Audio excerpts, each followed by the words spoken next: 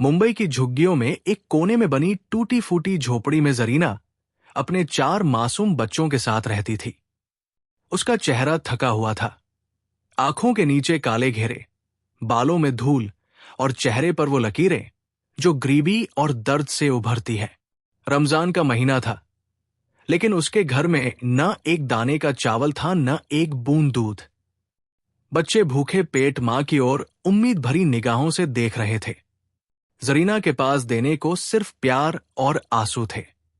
बाहर मस्जिद से इफ्तार की अजान की आवाज आ रही थी, लेकिन उसके घर की रसोई सूनी थी। वो चुपचाप बच्चों को देखती रही, फिर टूटी हांडी को उठाकर उसमें पानी डाल दिया ताकि बच्चे सोचे कि खाना पक रहा है। उसके दिल में दर्द था, लेकिन आंखों में सब्र की झलक। उसी वक्त पास की दुकान से उसने हिम्मत जुटाई और कुछ राशन उधार मांगने चली गई। दुकान वाला एक अधेड़ उम्र का आदमी था, जिसने उसे ऊपर से नीचे तक देखा और फिर नीच मुस्कुराहट के साथ बोला, राशन मिल जाएगा, लेकिन कीमत पैसे से नहीं चुकानी होगी। जरीना की आंखें भर आईं, उसने सिर झुका लिया और बिना कुछ बोले वहां से चली गई। रास्ते में उसका दिल फट रहा था। उसे लगा शायद इस दुनिया में अब इंसानियत खत्म हो चुकी है। वो घर लौटी तो बच्चे सो चुके थे, बिना खाए, सिर्फ पानी पीकर। जरीना ने आसमान की ओर देखा और कहा, या अल्लाह, तू तो रहम करने वाला है, बस आज मेरी इम्तिहान की रात है। अगली सुबह जरीना अपने झोपड़े के बाहर बैठी थी जब उसकी पुरानी मालकिन के घर का नौकर उसके पास आया। उसने कहा, मालिक बुला रहे हैं, काम पर आओ तो रोजा भी चल जाएगा और कुछ पैसे भी मिल जाएंगे। जरीना का चेहरा थोड़ी उम्मीद से चमक उठा। वो झटपट तैयार होकर चली गई। वहां पहुंचकर उसने बर्तन धोने शुरू किए, लेकिन कुछ देर बाद उसका मालिक, जो पहले से ही उस पर बुरी नजर रखता था, पीछे से आकर बोला, तू बहुत सुंदर है जरीना, थोड़ा और करीब आ, तभी तुझे रोज की मजदूरी दूंगा। जरीना का खून खौल उठा। उसने झटके से बर्तन नीचे रखे और कहा, मेरी भूख बड़ी है, लेकिन मेरी इज्जत उससे भी बड़ी है। ये कहकर वो तेजी से वहां से भागी। बाहर बारिश शुरू हो चुकी थी। उसके कपड़े भीग चुके थे, पर उसका ईमान सलामत था। वो घर पहुंची तो बच्चे फिर से भूखे थे। उसने एक पुराना कपड़ा उठाया, उसे ओढ़ लिया और खुद से कहा, आज रोजा भी रखूंगी और भूख भी सह लूंगी। अल्लाह मेरा मालिक है। तीसरे दिन की सुबह वो अपने भाई वसीम के घर पहुंची। वसीम एक अमीर आदमी था, मुंबई के पॉश इलाके में रहता था, लेकिन वसीम की बीवी को जरीना से नफरत थी। जब जरीना ने दरवाजा खटखटाया तो भाभी ने ताने भरे लहजे में कहा, क्या चाहती हो अब? हमें बदनाम करने आए हो?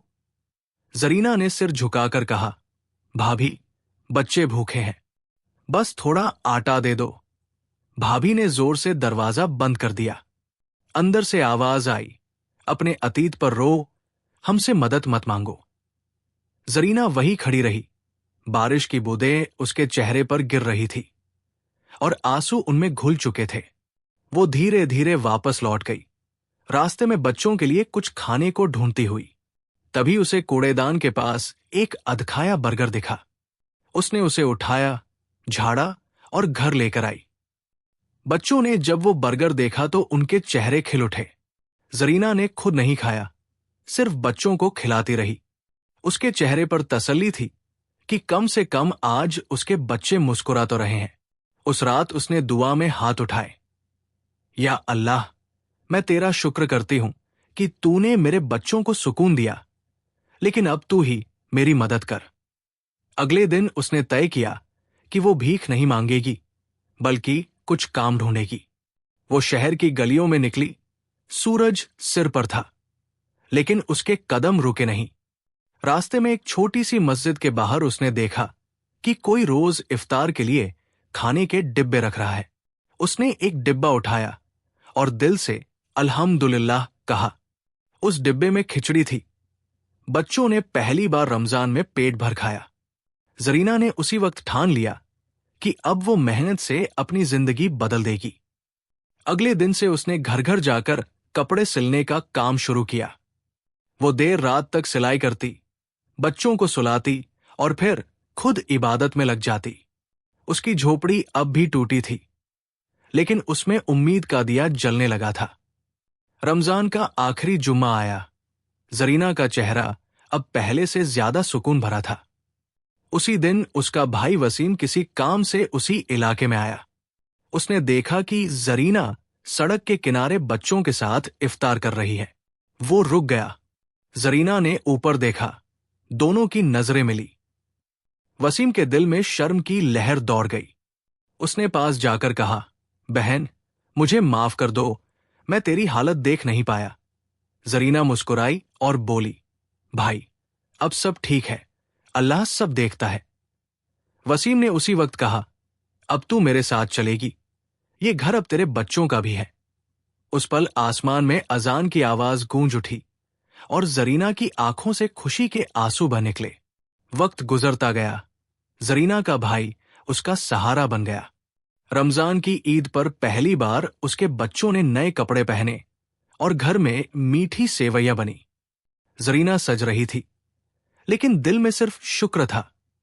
अल्लाह का शुक्र कि उसने उसकी इज्जत बचाई, उसका ईमान कायम रखा और उसे नया रास्ता दिखाया।